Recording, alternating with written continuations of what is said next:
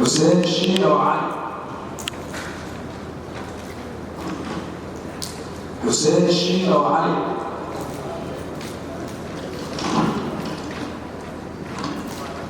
حسين يا قرع إله إن الحلم يقول أنت عظم وضمك ضمك الجديد وكتب دورنا الخلق يا قرن يا كنتب اللعبة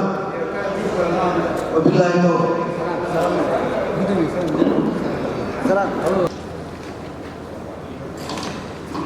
عبد محمد عبد الرحمن عبد محمد عبد الرحمن الله يقول لنا إن شاء الله. الناس العبد المؤمن ولدي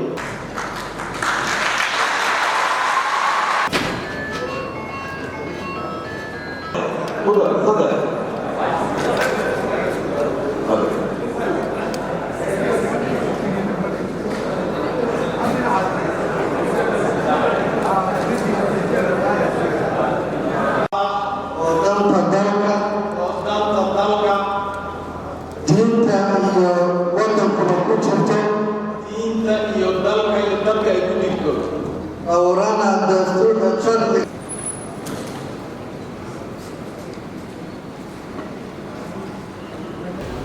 annaguna waxaan isleeyahay guushan halkan ka dhacday ciddii jeclay hiil bay u tahay oo kasta waxaa saaxiibadayda hadalkii iga horreeyay oo qaaday oo wada tilmaamay sidii ay isugu tanaasileen ee ay u jeclaysteen hoggaankoodii hore inay ugu tanaasilaan taasina waa mid dadka Jubbaland ka soo qooday fariimaha kale ee meelo kale ka yimaada waxa laga yaabaa in si kale u dhigi lahaayeen taradii wiilkayga ka qoodaa ta dambe iyo tan dhacdayna wiilkayga ka qoodaa haddaydan sidaa isugu doonaan meelo kale badan ka soo gelay waxaan ku xaqleynaynaa geesinimada iyo go'aanka qaadateen waan ku faraxsanahay waan ku xaqleynaynaa dadkooda iyo anagoo aad u qiiraysan sidaa la socotaan dowladda saddex loo qaybsataa oo executive, judiciary and legislative. anaga legislative kaan nahay dadka wax approve gareeya dadka wax ansixiya dadka istaanka ku dhufto waa anaga maanta marka halkaa waxaan ka caddaynaynaa inay ka dhacday doorasho xor ah xalaal ah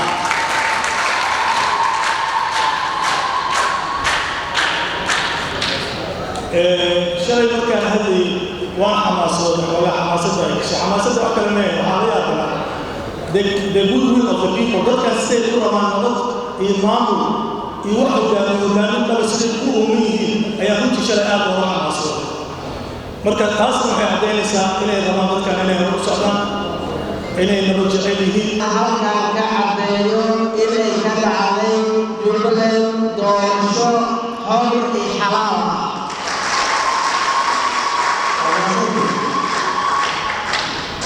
إذا سنين Jubbaland doorasho xor iyo xalaal ah kama dhici karto waxaan u cadaynayaa anoo ah tartamihii guddoomiyaha baarlamaanka ahna xildhibaan Jubbaland in doorasho xor iyo xalaal ah ay ku dhacday oo ku qanacsanahay insha Allah tacaala kuwa soo socdana waxaan rajaynayaa inay saas dhabaadaan Jubbaland ha guulaysato Soomaaliya ha guulaysato qarmadana Kenya إلهي ويقوم هذه أنه وحانا ناسي الله سلماني وديالك لبنك سؤال وحيد على نسان مدارة منك سؤالي وكفن بيه وحيد جوالي تبكى الكيسان والمسؤولين هذا فضلاني يا هذي جبالي جبالي تاي يا هذي ما تجانا يهين وركستا أنا قاصد دورني أولياء الكون هاي maanta waxaan markhaati ka nahay doorasho xalaal leh inay ka dhacday Jubbaland hoolka doorashada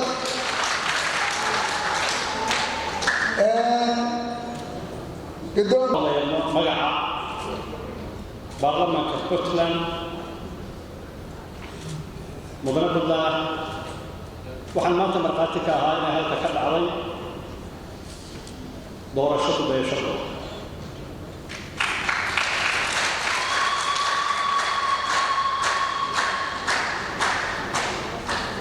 intii aan magaalada joogo Ismaaciil iyo ummadda wareeg inaan garab joogo amniga yaalla الله إلا وسدوا مأمور بعض dadku maxay u iloobeen marxalad la soo maray meeshii laga soo daadaheyay Soomaaliya halkay ka imaatay iyo meeshay joogto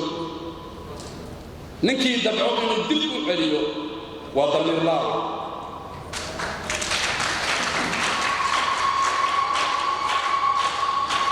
magaaladan Kismaayo inta dagaal oo ka dhacday inta dadoo ku qurbaysay lama xisaabi karo dad baa dhahaa bilmathal war Soomaaliya ma isaan noqoto ma halka laga laabo ma saal la yeelo aniga dadkaasaan ku jir jiray nin da'weyn oo reer Soomaaliya ah ayaa war ii sheegay waxaan dhihi jirnay Kenya sidaad ma ka dhigtiin maasada yeeshiin markaasuu mahmaah adii sheeko yar buu ii sheegay wuxuu dhahay ordi iyo wan baa wada hadleen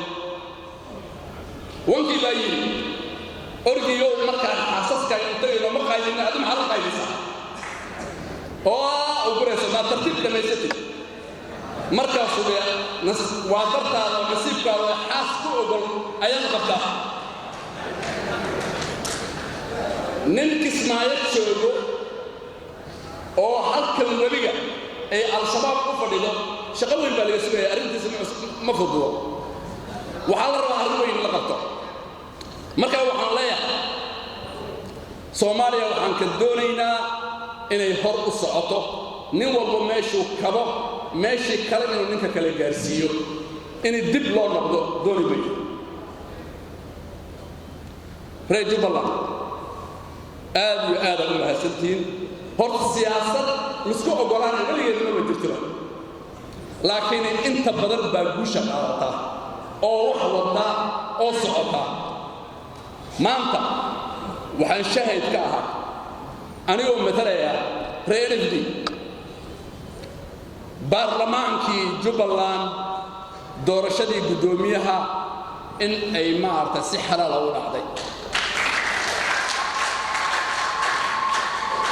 شرفتا ay ugu horeeyaan baarlamaanka labada aqal ee dowladda federaalka Soomaaliya ee la soo karaameeyay noo soo hiibiyay shaqadoodii oo qaal soo dhigay oo nagala soo qaybgalay doorashadeena aad iyo aad ugu mahadnaqaynaa waxaa kaloo sidaas oo kale aan mahad gaar ah iyo ammaan u soo jeedinayaan oday dhaqameedyadii baarlamaankan maanta guddoonkooda doortay xulitaankoodii ku howlanaa muddo dhowr bilood ah soo xulay ku soo nabadeegay soo kala reebay insha allah